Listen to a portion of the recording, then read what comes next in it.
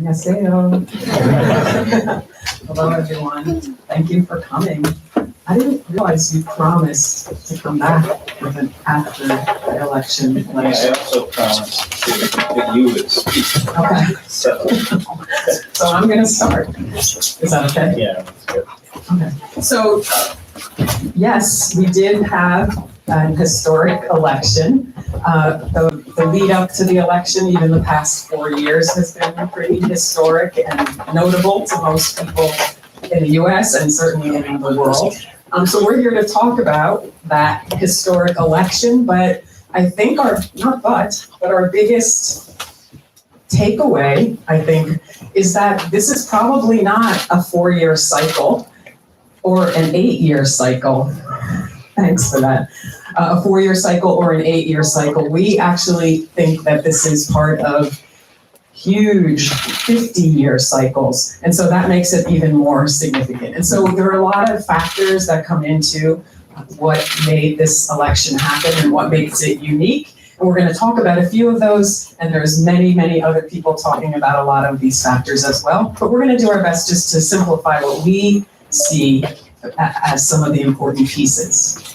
So you want to take it from there? Yeah, and we are not directly going to talk about Korea. That we are instead, we're going to tell you what we see happening in the United States. And so as we, at the end, when you have some questions, then we can answer questions about Korea and the implications for Korea, okay? Because we think it's really, it's just valuable to understand kind of what is happening. And can I just say before we start, I just heard this statistic this afternoon.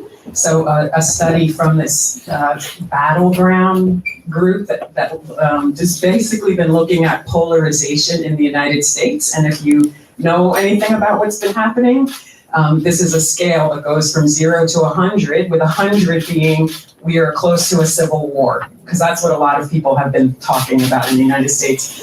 And that number among Americans has been in the 70% percentage. So Americans are thinking we're like 70% are toward that civil war. Mm-hmm. As of today or yesterday, it's down to about 60%. Mm-hmm. So we're seeing some kind of calming effect is what people are saying in the United States at this moment after the election. So that's just interesting to think about.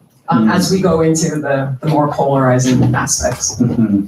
Mm-hmm. I didn't realize that. Yeah, that's good. Just heard it today. So here is this is, you know, just to frame something that does impact Korea, and in fact it impacts the entire world. In the United States, this was the beginning of the Great Depression in the United States, okay? In which the economy just went downward for a long period of time. And the way we dealt with that is we invested a lot of government money into the entire society. So we built up so many parts of society: the roads, infrastructure, education, business, so many different things, okay? Well, can I say, just to also frame what you're saying, you might wonder, why are we going back to 1933 mm-hmm. when what a lot of people are seeing is that something about the election of this president, Donald Trump, and his previous election are showing us something about the character of Americans, or something about the temperature of the United States. It's people, and like something dark emerging, right? There's a lot of talk about that. And I think the point of going back is that what we're also starting to realize is many things that have been invisibly affecting the population, which is, and I think that's why you're saying you're going to talk about why we're here. So a lot of people are like, it's just the character of the Americans or the people who voted. And there's a lot more going on, and that's why we're starting in 1933. Yeah, that's a good point. Okay, so think about the government collects tax money from the people And the government then invests that tax money into building society, not just letting private business do that, but investing. The government grows and it takes that tax money and it plays a direct role in building up society, okay? This is more of what we talk about is a socialist-oriented society, okay? A big, strong government. So, and all of that happened in the US, while we were also around the world in different ways, but this is how when the US grew really strong. In the early 1980s, there's this term called neoliberalism, and liberalism is about freedom. And what happened was the United States and the Western world, the European countries, turned toward a global free market and deregulation. So meaning that the governments backed out of, they no longer played a direct role, they played less of a direct role in building up society. And in fact, in fact, they let businesses just go. They deregulated, so the government had very little, governments had less control over businesses, and businesses just went all around the world. And so what that meant was so many opportunities for the United States and for Western countries. People, they left those countries and they went other places. What does that mean? And what that means is that some people got rich by investing in other countries around the world, including Korea, including China, including Africa, including all over Asia. So whereas the automobiles that used to be made in the United States were not by American workers, were not made in the United States by American workers. They were made in Mexico, or they were made in China, or they were made some in Brazil, okay? So that means the world opened up. But what happened, but there's some things that happened. And so now we've reached the end of that expansion, okay? We can't go any further. It's like a rubber band. We pulled it really far, and now it's coming back. And Donald Trump represents the end of neoliberalism and moving back in this kind of direction, okay? Whereby this, you follow, okay? So we come back in a new direction, all right. There's a lot more to say. There's so much to say. This is why we're saying 50 years cycles, right? Because it's like, you see that something has changed in 2024 for this era. So why don't you, can you explain this? No, this is you. Okay. So, All yeah, right. this is you. But I still want to keep saying that when we think about, we in the United States think about what has been happening in our political world, it's very gossipy and what would you say, like, Yeah. what word? We think it's about personalities, and it's not about personalities, Well, it's about big issues.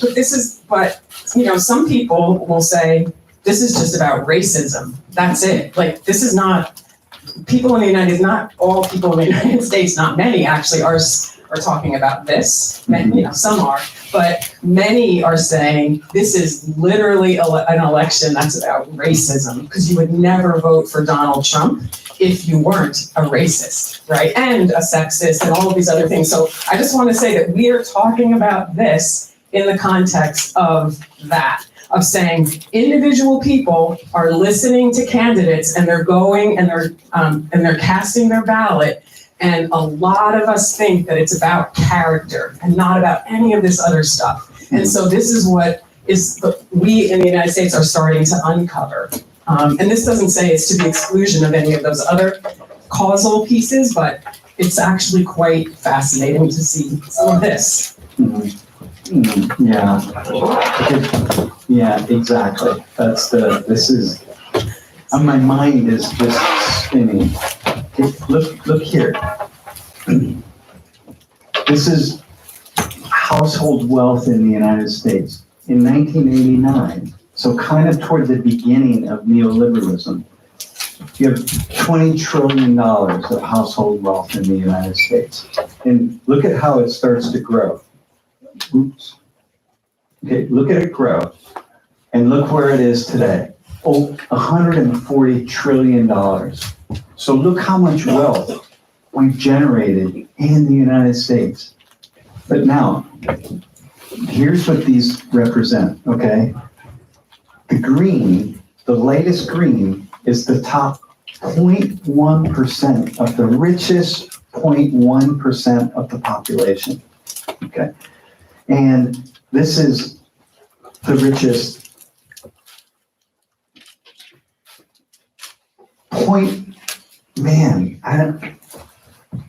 this is the richest 1% of the population, okay? Then you have the next 10% and the richest 40% and the poorest 50%. What that means is if you line up all Americans in a row and you cut that by the poorest American to the richest American, and it's a huge line, 100 miles long, and you cut it in half, and you take the poorest 50% of the people, and they are the yellow, and everybody else is on the other side, okay? So go to the next slide. Okay. So here, in the yellow, from here to here, this is how much wealth the wealthiest 10% of Americans have. They have that much wealth, all the way from here to here. And you can look at the 0.1% of the population has this much wealth. And look at the poorest 50% of the population. Can you see where they are down here in the yellow? So all of this wealth got created, but the poorest 50% of Americans got none of it. So you have all of these poor people. So neoliberalism. Actually, you just have 50% of the population. 50%. You're calling them poor people, but it's 50% of our half of the population. Get very little. So all of this business. So this goes back just to neoliberalism. We went all over the world and created enormous wealth.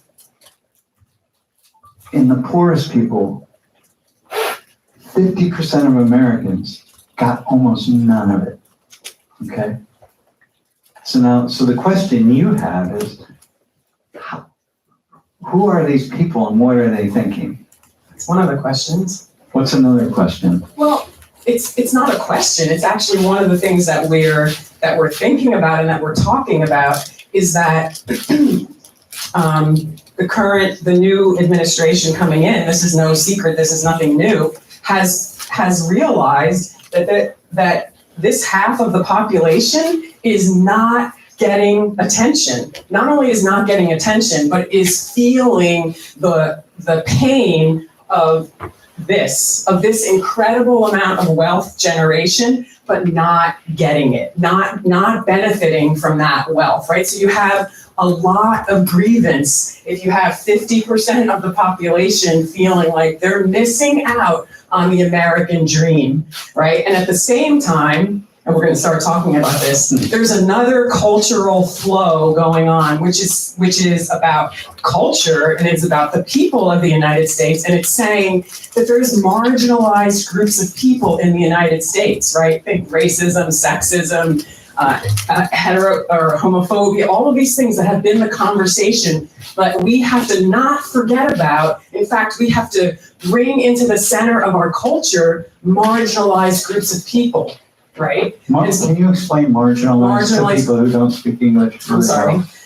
People who have been out of the center of wealth and power and representation. Right? So people have thought of the United States as a white country, right? And so there's people that are of all different ethnic backgrounds who have not been a part of the American dream. They have not had as much wealth, they've not had as much opportunity, they've not had as much power, right? And so the conversation over these past 50 years in the United States has been very focused on racism, sexism, etc., right? And so we think you have so you have marginalized people, right, from ethnic groups, racial groups, women, etc., who are saying, we need to get more of more this. power. We need more power. We need more wealth. We need to be accepted into the center of the culture. And yet, at the very same time, you have 50% of the population, many of them, which we'll show you, white people. Half of them are white. Half of them are white, and they're also not getting the American dream in some different ways and some similar ways. And so there's something going on that the people who are, our leaders are paying attention to these grievances, but certain groups, certain politicians, certain leaders are paying attention to the cultural grievances, like people who should also be in the center, not just white men, right?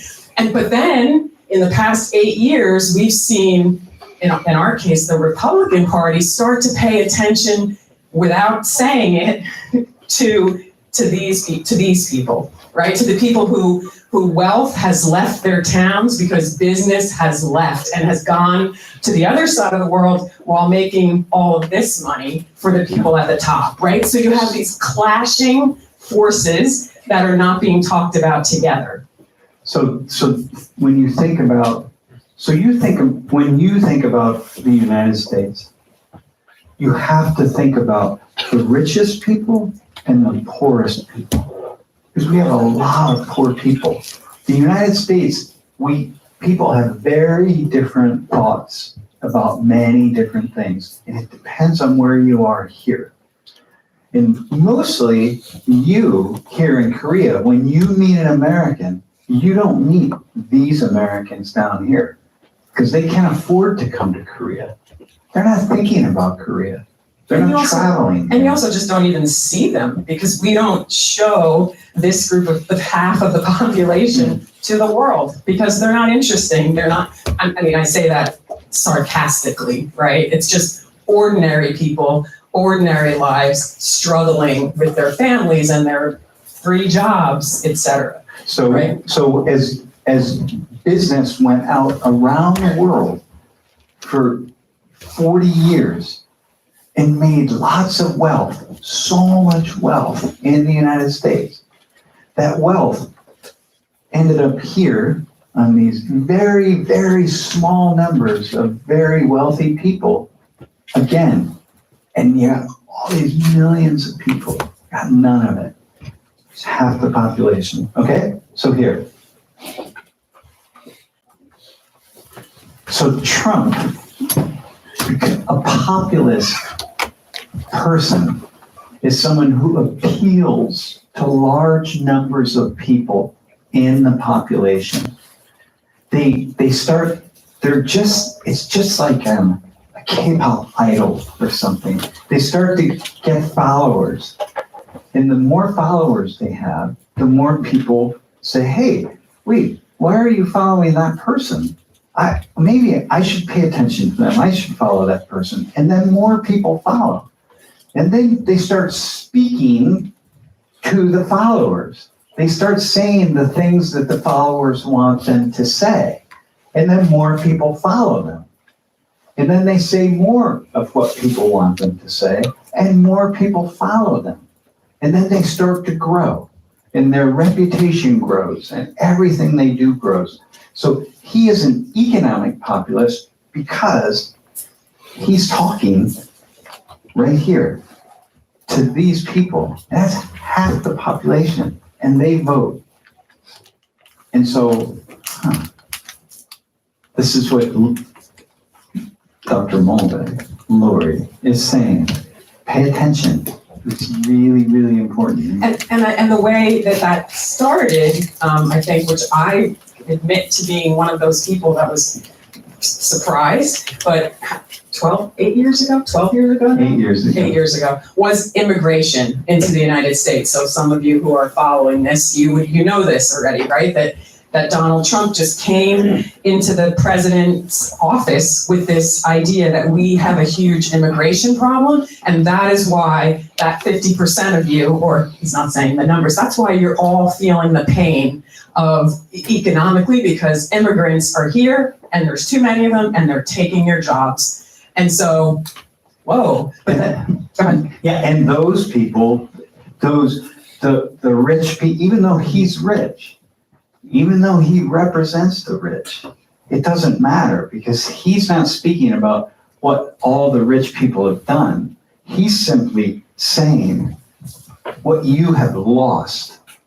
So he never says, look, you missed out on all these opportunities, and it's because of these people. And isn't that perfect, right? Because a president isn't going to only get elected by these people. They have to also get elected by these people, right? So we can use immigrants to show that there's something really wrong happening here economically, but it's just them. They're the problem, and we can do something about it, right? But we don't have to talk about any of this. This just is because, we don't want to reveal that part of the problem. We're just going to reveal that, that part of the problem. So it's fascinating, really. Mm-hmm. So.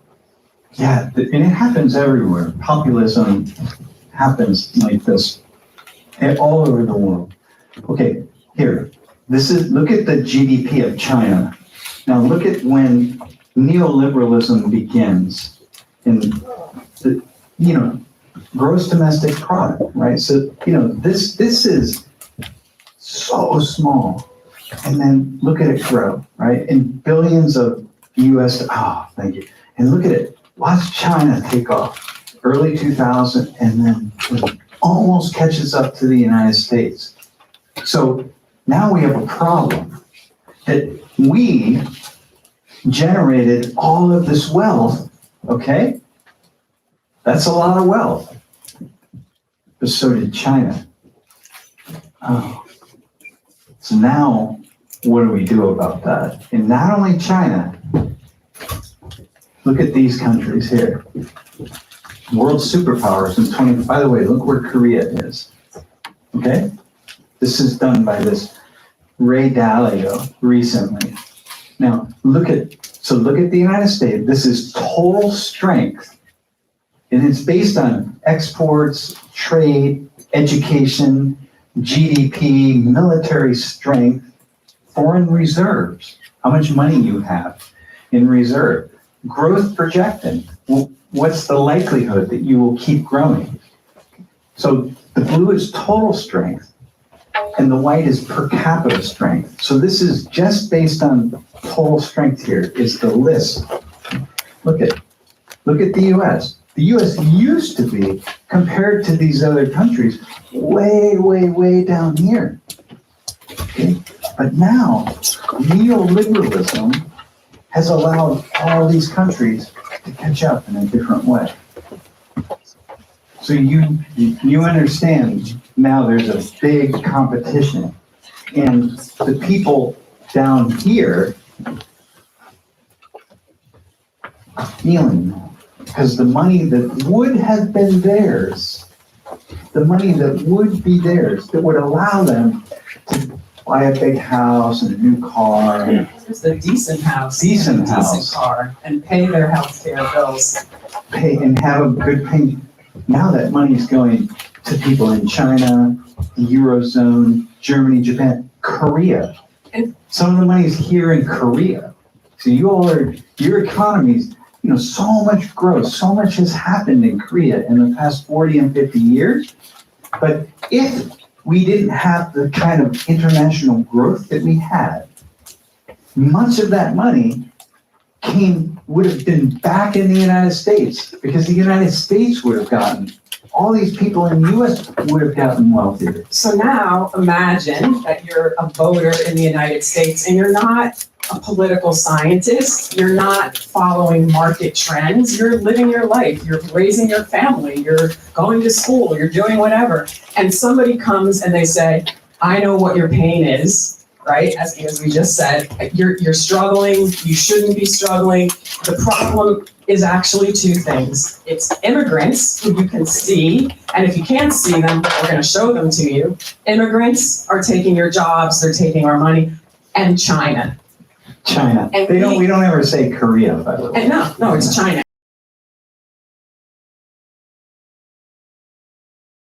The growth of the free market. 80% of Americans were white. And now it's down to less than 60%. So that means if you're white in the United States, and especially if you're here, let me just go back here for a second, I want to show you something. Especially if you're down here and you're white, imagine what you see. You see lots of people who are Asian, Hispanic, Black, Middle Eastern, Native American. You see lots of these people growing in numbers. And you're losing possibilities, but you're seeing the growth of these populations. So you naturally think, the fact that I'm losing must be related also to all of these people. The growth in these people. It must be what Laurie said. It must be their problem. It's the immigrants. It's Chinese. It's these populations. So we just wanted to give you some real numbers, just so that you have some of those real numbers to make sense. yeah, Right? So just so you can see, 38 million people, individuals living in poverty. This is 2022, right? there's 38 million people. Korea has a population of 51 million. We have 38 million living in poverty in the US. So, think. When you think This about the is United States, poverty too, not working class. This Yeah. is poverty. people are really struggling.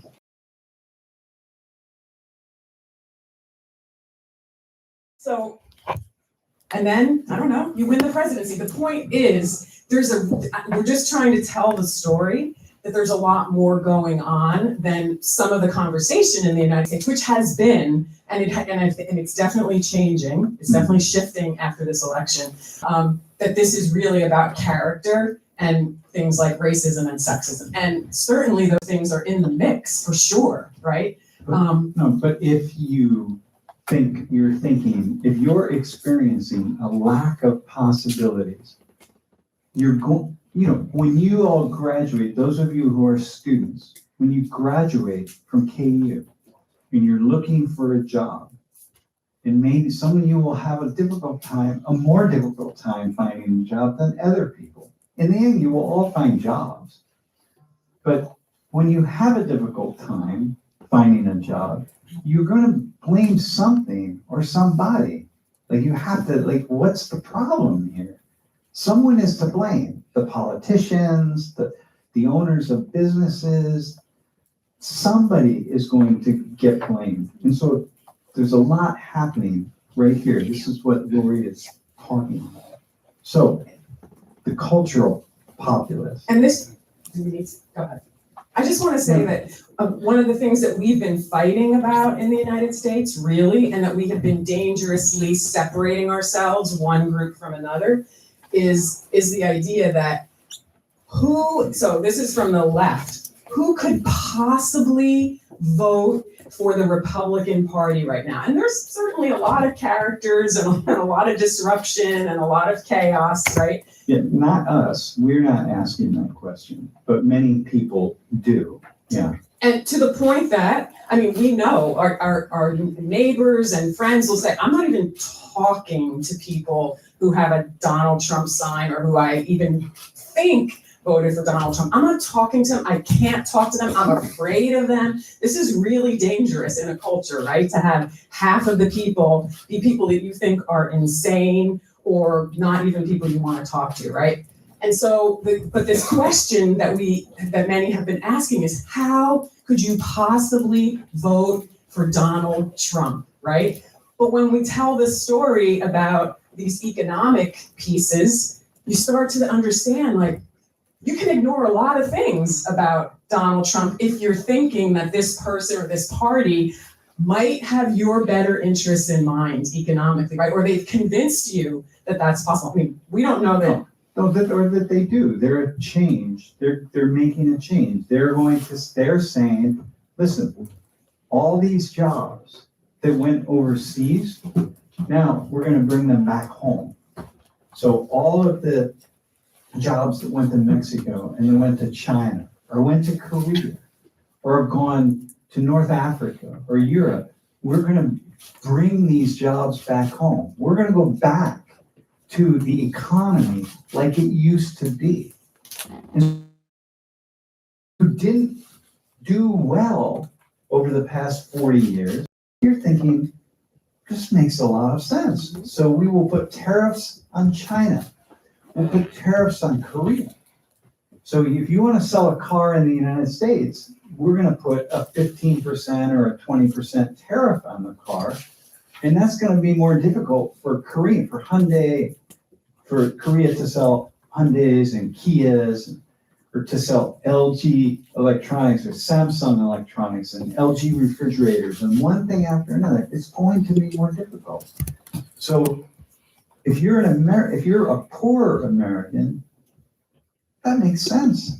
It's like, of course. Even if you're not a poor American, it makes sense. And that's actually interesting, is what we know now after the election is that in every category that, you know, that we're talking about, cultural category, ethnic group, and others, the Republican Party made gains, right? So typically we're talking about more Hispanic people, more Black people, more Asian people, more women. In every one of those categories, that they gained more votes. And so we're talking right now about one factor, right, which is poor people, but not just poor people. In all of these categories, they told a story that has been convincing to enough Americans that it's like, wait a minute, this isn't working anymore. So including, compared to when Donald Trump ran in 2016, and then Donald Trump ran in 2020, and now in 2024, more Korean Americans voted for him in 2024 because Korean Americans are thinking about Korea, but they're thinking about themselves. And they're watching, the same thing is happening to them as is happening to other people. So, you know, you can look at Korean Americans and say, well, yeah, they're really happy to see Hyundai Motor Company, for example, right, sell more cars around the world. And that makes them proud as a person who has their roots in Korea. But they're thinking about their lives. I have to bring a paycheck home, and I want to buy a house, and I want to buy a car, and I want to buy these things. So I have to think about myself. And so we're watching, you know, Donald Trump make gains, more votes in all of these populations, which is what Laurie just said. And I think we should pause here. Yeah, I just want to. No, I think we should. Yeah. We can come back to this if it. Yeah. But I think what we don't know, because we're living this with everybody else, but it seems to me, and Sam, I don't know if you see this as well, but it seems that the reason that this is so historic is because what has, for the past 50 years, we'll say, defined the United States economically and culturally is changed. It has changed, and it is going to change the face of the United States, how we understand ourselves, how we define ourselves culturally, as Americans, as people of different heritages in the back, you know, in addition to that, it is going to be and is a fascinating time. And it's also really, there's a lot of conflict and tension that's going to get, I don't know, worked out. And some of it's going to get worked out and some of it's going to get more intense. People will lose, people will win. But I think you're going to see a different United States. And I hope that it's mostly better, even though many people are thinking that may not be the case. But many are thinking it will be the case, 50-50. We've got a great split. But do you want to say a final thing?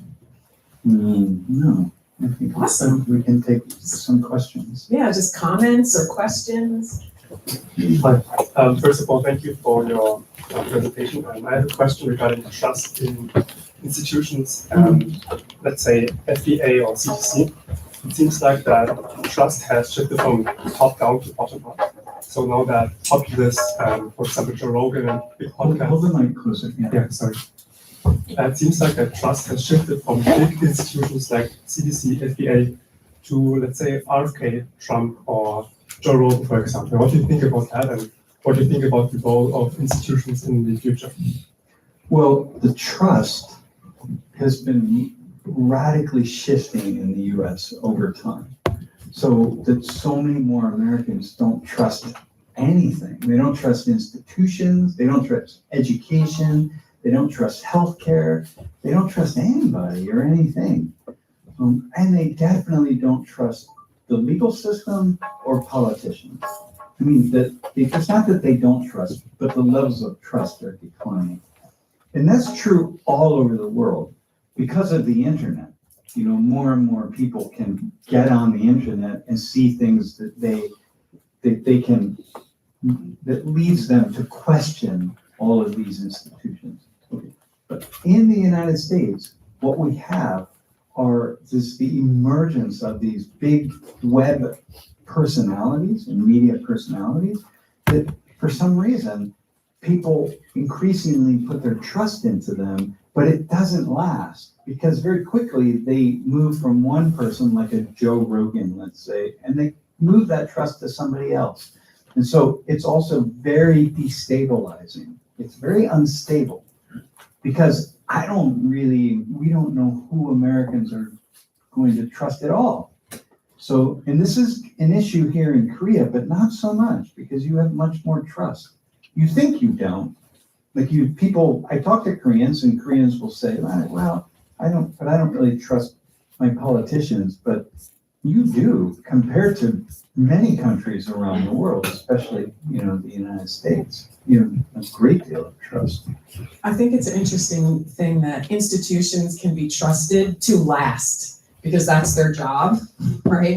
However effective they are or authentic and trustworthy the individuals are running them is one thing, but you can trust them to outlast you and most of us. So, but I think what's interesting in the United States is that the Democratic Party, which has been the more of the critics of the institutions, right? The left has been more of the critics. Now, in this moment, we have much more activism on the right, on the conservative side, and so now you have Democrats or more liberal people actually defending the institutions, which is defending the banks, utterly fascinating. and big business, the rule of law and all of these things. And so I really do think that if we can hold it together, there's something better that will come next, right? But it's just about holding this tension where we are really seeing each other in such adversarial ways. So anyway, the institution question is fascinating, and who knows what's going to happen. Okay, and we won't answer the next question so long, Yeah, we so won't. we get as many as possible. Go ahead. Thank you for your speech. I'm a student in Konkuk. I major in philosophy and real estate. So Wait, what is it? Philosophy and real estate. Real estate. Real estate. oh, Yeah. interesting. That's Okay. a big area. And are there any other real estate students here? Real estate. Yeah, Oh, a couple. okay. All right. Couple. Yeah, we know each other. Okay.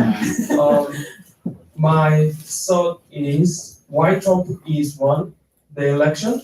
That is, Trump suggests of identity of America. So, for example, Korea, we are not multicultural, multiracial country, and U.S. is big multicultural and multiracial, heterogeneous country. So it's a little bit different cultural base. So people need some sense of belonging. So I'm the American, I'm the US people. So I think Trump suggests the idea of what is America. He usually say, make America great again. So that phrase make people feel I'm American. America is a great country, and some white supporter concentrated because of the strategy of Trump. So that is my opinion. Okay. Do you? And I just think it's important what you're saying, because I think, and Sam just referred a minute ago to the internet as the reason for something, and I think all around the world, truly, the web and the fact that we can communicate and also travel to each other, but mostly communicate in real time, anywhere in the world, has been destabilizing to identity, for one, right? Like, what does it mean to be a person of this nation or that nation? And then all of the immigration refugees that have been in the presidency. The point is, moving around the world, there's a real feeling of like, who are we and what is stable in the world? Because things are changing so much. And so anyway, I do think that there is something that Trump's story is appealing to say, be Americans, right? So also, with this neoliberalism comes globalization. So the United States, we've been teaching ourselves in the United States to, hey, think globally, like think inclusively, think about bringing in all of these other ways of seeing the world. Our media, our advertising, everything is very, very, very multicultural. So in our universities, everything is about multiculturalism. So, when you see advertisements for Penn State University, every student is represented. You have an Asian student, and you have an African student, and you have an African American student, and you have a gay student, and you have a Mexican student. It's just everything. So this Make America Great is a way to somehow put the emphasis back on everything. But keep in mind here, I'm going to show you something. Many of these people here, they also voted for Trump because the United States is not like Korea. You really can be born in Korea, move to the United States, and live in the United States and become a citizen, and people will look at you and say like, oh yeah, you're an American. Like, yeah, okay, sure, you're an American. You have your citizenship now, you're an American. They will look at you and they will see you as an American. In Korea, if I become Korean, it's still really difficult for Koreans, or like these two gentlemen right here, if they stay in Korea, and it will be difficult. Koreans in 30 years, they'll still be asking you, like, hey, do you like kimchi? Like, you could be here 30 years and you'll still wonder, well, wait, but are you Korean? Can you speak Korean? Do you like kimchi? Because Korea is a very monocultural society. But the United States is a multicultural society. And so it's just very different. So Make America Great Again doesn't mean make America white again. It means emphasize And to some America. people it does. To some people it does, but that's not really what it is. It's make America. It's like take some of the wealth that is being generated in all of these places and generate it back in the United States. Make America a much wealthier Superpower again. a superpower again. We're almost no longer a superpower. China is almost the world superpower, and China will become the world's #1 economic superpower. It's only a matter of time. And Americans realize this. And so, for people, that's very... Okay, hang on, that was a long Yeah, answer. remember how you said it was going to Yeah, be a short answer? I'm killing myself. All right, what's the next question? Thank you for your lecture, and I'm majoring in political science and we're at states together. Yeah. So my question is, in the short term, it sounds very persuasive and informative for the low 50 people in America to vote for Donald Trump. But when we think in the long term, I think there's a possibility that America is likely to lose the control and power all around the whole world because he wants other countries to pay more. Yeah. So my question is, what do you guys think about the Donald Trump diplomacy policies, especially creating, supporting other nations and taking care of them, and what will happen during Donald Trump's term? Well, we will, during this next 4 years, the Trump administration will want to spend, and definitely spend, less money on foreign aid and helping other countries, for sure. We saw that in the first Donald Trump administration, and we will see it here. And of course, there are many people who are saying that's a bad idea because, we need more, we need to help more. But then what Donald Trump is going to say is, hey, you know who needs to spend more on foreign aid is China, or some of these countries we need to see. Now, of course, the Eurozone and Germany and Japan, they spend a lot on foreign aid to poor countries. But he's still going to say, they're still going to say, but we spend too much. And of course, China spends a lot, but China also has foreign aid that's tied to things, just like the United States had. So it's like, well, and what this means is this. I'm going to say this because I think this will have value, even though I'm going on. But it's like, we're spending money in Ukraine to fight Russia, to support Ukrainians. Okay, so let's say the administration and the government just came up with $130 billion, I think it was, to give to Ukraine. So you think, wow, that's a lot of money. But of that $130 billion, 125 of it is simply the US government giving it to US companies to make weapons to send to Ukraine. So we're not giving Ukraine something. And when we give money to Sudan, because Sudan is in a drought and in a food crisis right now, what we're doing is we're buying food and water from US farmers, and we're sending it to Sudan on US ships. You see, so that's what China is doing. That's what everybody does. That's what Korea does when you have foreign aid.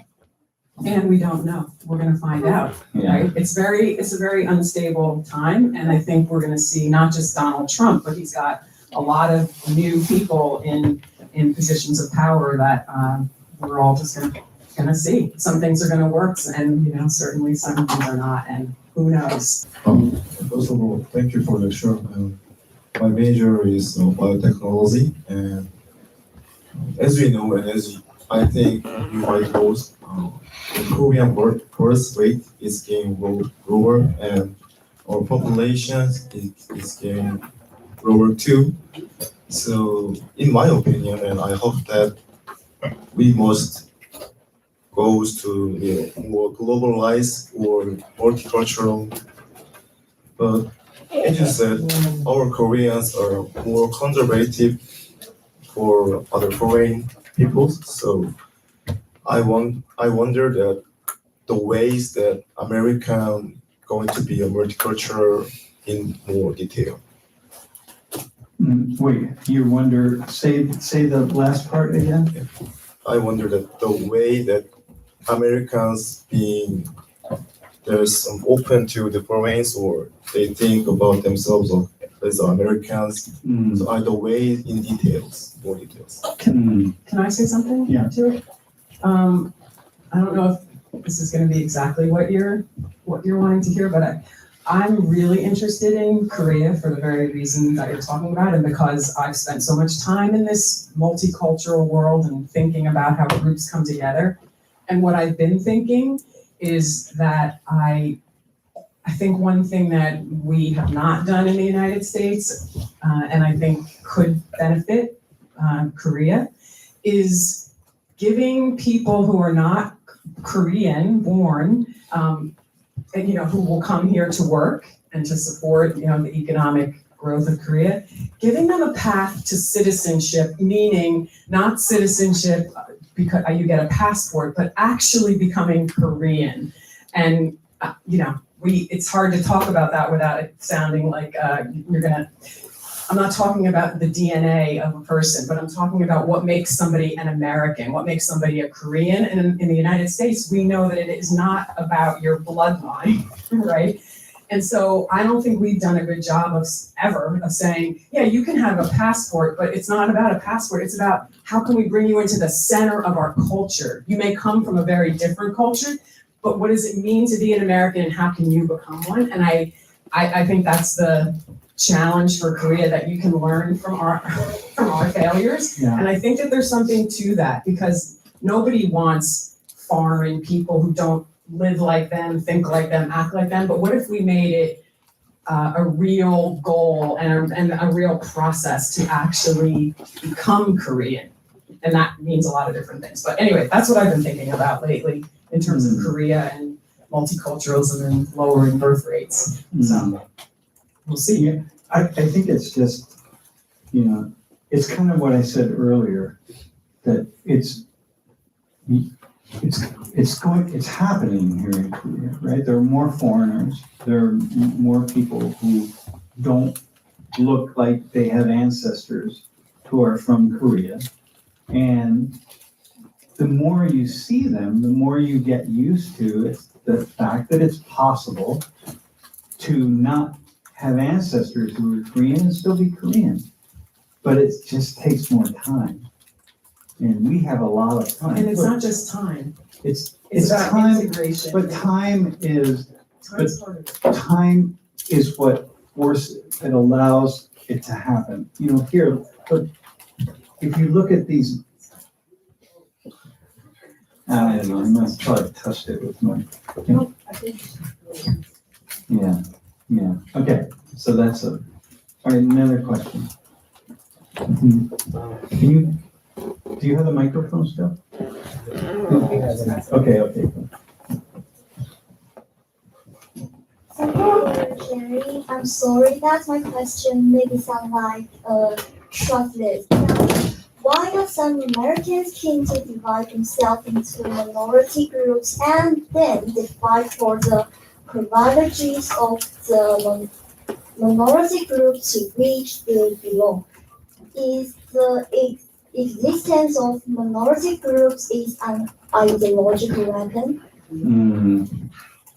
Okay, so here. Wow, that's Yeah. such an intense question. That's a really Very interesting insightful. question. Okay, I'm gonna take a stab. I'll try to do this. The United States, from very early, the origin of the nation has been built upon people from different parts of the world coming into the United States. And even all the Europeans who came into the United States, if we just go there, they were all from different parts of Europe. So they weren't white people. They were Hungarians and Italians and Danish and Swedish and French and English. They were all coming in, and we've been working out this minority issue forever. Who has the power? And how can the new group that comes in, who has less power, how can they get some of that power?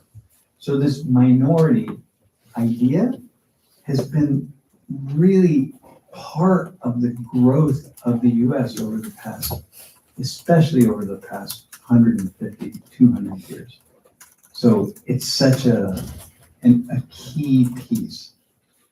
Do you have? Yeah, and just both things are true, right? There's a need for people to live a decent life and to not feel that, many people minority groups will tell you, and this is true in any country, any culture. If you're a minority group, whatever that is, you won't feel like you are fully respected or fully integrated or fully recognized as a full person, right? So there is an importance to groups kind of naming themselves and staying isolated in a way because they've been rejected in some ways from the larger culture.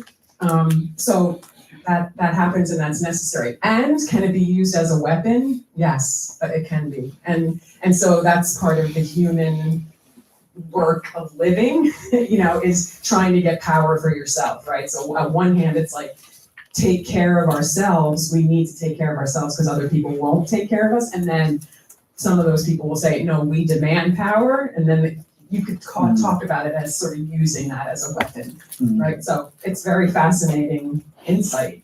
And something that always has to be addressed and dealt with. So what else? Another question. All right, one of you. Yeah. Do you have a question? I just want to, yeah, I don't really have a question, but a comment. About what? I don't know, A you're comment about the USA or. anything. Yeah, what do you guys think about the USA? Where are you Okay, from, by the so way? it's, we're both from the Netherlands. Yeah. Netherlands. Okay, so it's quite a controversial topic, I would say, to talk about the US, maybe in the Netherlands. Oh, really? Oh, well, I think in the Netherlands, the main view on Americans is that they're like a trailer park. Oh, Americans are. I don't know if I could say it that way, but yeah. Oh, that's so interesting. Wait, but can you explain that to everybody else, this trailer park idea? Wait, do you guys know the Rednecks? No, Okay, I don't know really.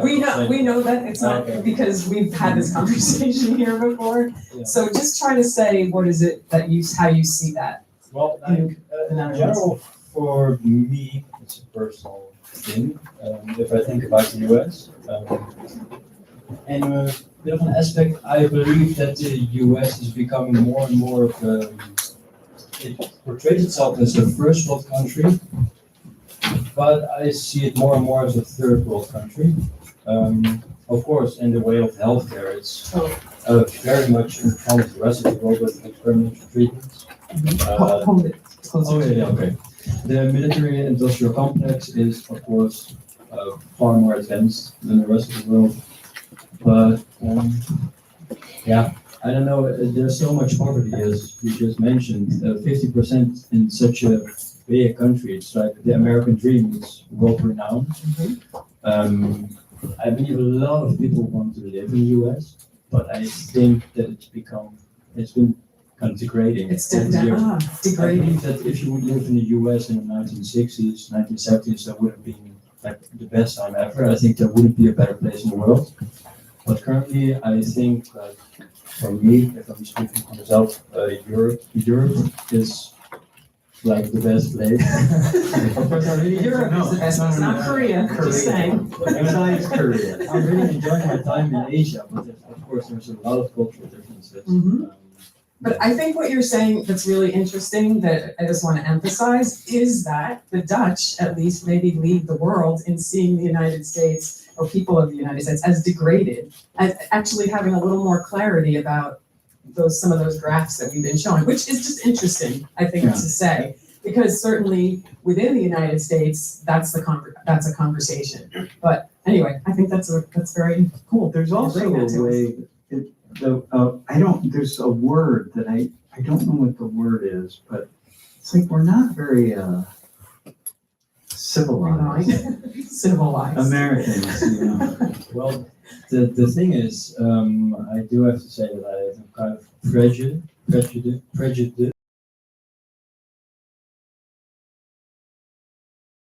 Economic parts we were talking about with the history of multiculturalism and race and all of those issues of minoritized groups, I think I'm seeing that those two, it's not just a simple backlash. It's just that we can't be talking about minoritized groups here and uplifting them, and over here have all these other people who aren't necessarily in those groups who are doing poorly economically, and not bring those things together. So it's a backlash, but I feel like it's more of a SOS, like a help, like we can't live like this anymore. And I wish that our population would be able to hear people on the other side meaningfully and respectfully, which I have some hope that we'll be able to do once things settle. But yeah, I mean, that's also a great Yeah, It's because, like, right, because Donald Trump is saying, stop being divisive, stop dividing. while being divisive Yeah, he's himself being every minute. divisive, but still, I mean, saying- he's the most divisive human he's very perhaps divisive. on the planet Yeah. as part of his DNA. He's also- Can we say that? So yes, I think that is, though, underneath paradoxically what he's saying is like, can we stop with all the divides? But no, we can't stop, right? There's real things that fuel all of the needs of people, and certainly our leaders can't solve all that. Yeah. So anyway, He's also the word, it's not trailer, it's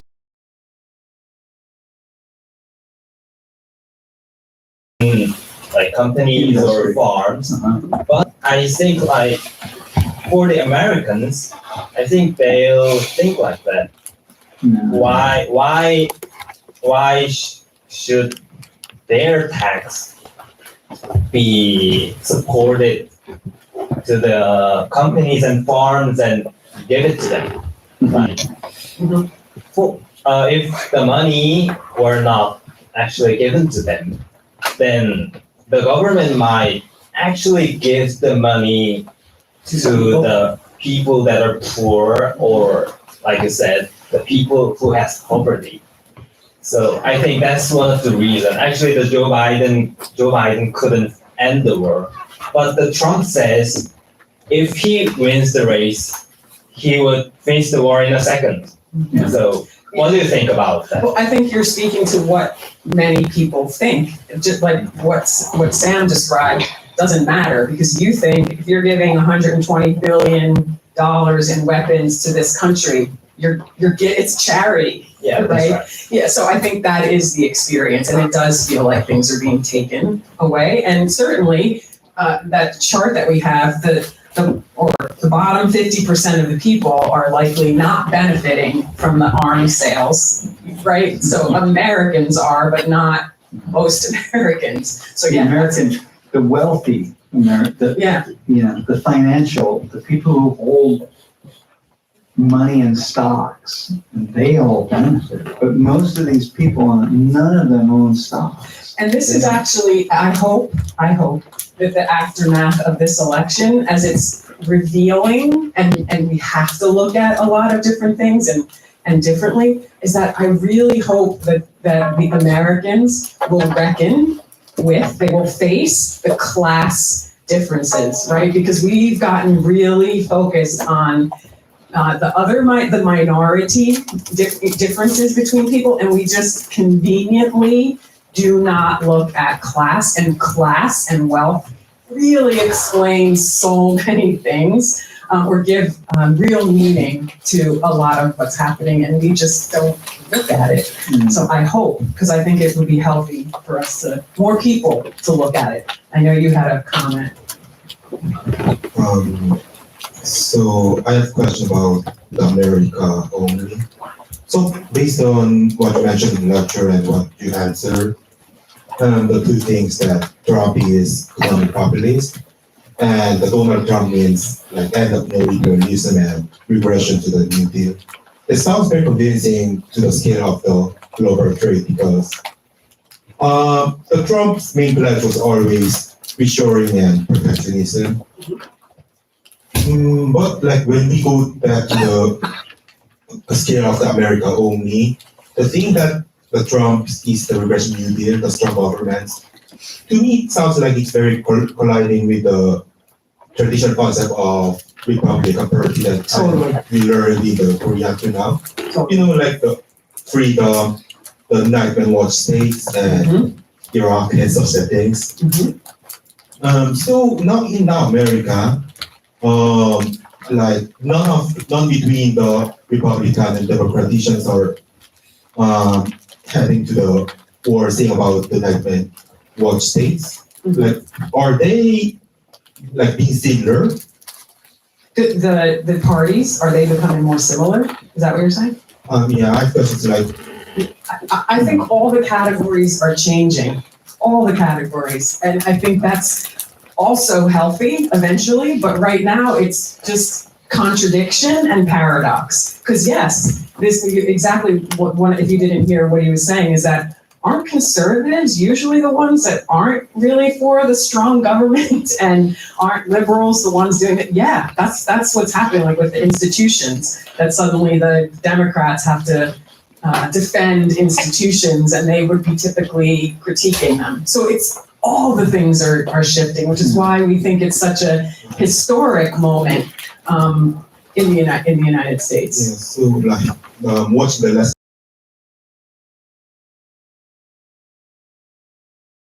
They aren't just uneducated and poor.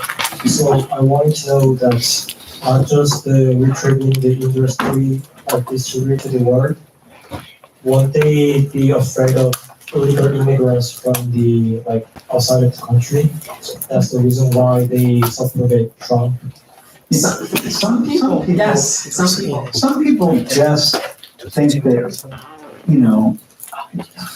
many people have the idea that it's just a bad idea to have people living inside of your country who don't have legal papers. Very much the same in Korea. There are many people who come to Korea, including students, who come on student visas, and they stay, they don't leave. And maybe they just find a way to live here in Korea. And it's not really a good idea. You want to know who they are and where they're living, because if they have problems, you want to help them. If they, you want to know that if you're running the country. And so many people in the United States have the same idea. We have too many illegal people or undocumented people living inside of the country. It's just bad policy. Yeah. But just to say, many people who voted for Donald Trump are also wealthy, educated people, which is what makes it so interesting, right? So there's it's at least bimodal. One more question? Yeah. Oh, one there and then one here. Two more questions. I, at least, personally believe that immigrants who came to the United States, of course by legal, became very powerful and one of the most important driving force for the country for the past more than decades. Centuries. And, centuries. I mean, we're all immigrants except for the native people, right? And I can even see that from the historical facts. So, and Donald Trump, who is saying that immigrants are just the bad side, and is gonna raise the immigrant difficulty, even like legal parts. And I want to know your opinion on what's gonna happen in the future from this decision. Well, they're going to try to create systems by which many people who do not have documentation are either have to get some kind of documentation or they have to go back home. They're going to do some of that for sure. But it's really difficult, just like here in Korea, how do you find out who's living here illegally? Like who overstayed their visa? Like where do you can't just go knock on doors, it's a lot of people. So it's a very difficult thing to do. And at the same time, all of these people are working. So they have jobs and people benefit from them, so it's going to be a very difficult process. Yeah. And also, plenty of people that are immigrants, legal immigrants, or their families immigrated legally they voted for Donald Trump. They're connected. I mean, so it's such a complicated piece. It's hard to say anything in simplistic terms, but there will be plenty of people in the United States. The United States will continue to look like it looks and will get browner, as we say.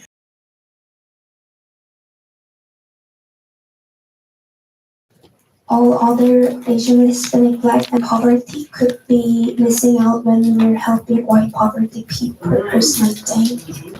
Yeah, and so I think that it's important, I'm glad you said that we're not just talking about that we should just help white people or anybody's talking about that, just that they're a factor, right? And that when we often talk about the white population. We're often talking about the privilege of the white population because, of course, we've seen the privilege and power, in particular, of white men, how we talk about it.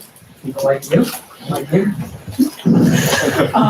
So, yeah, I think that when we're thinking about our culture and our country, we want to think about poor people when we're talking about what are the things that we need to do to help people in poverty, right? But it's just when you start talking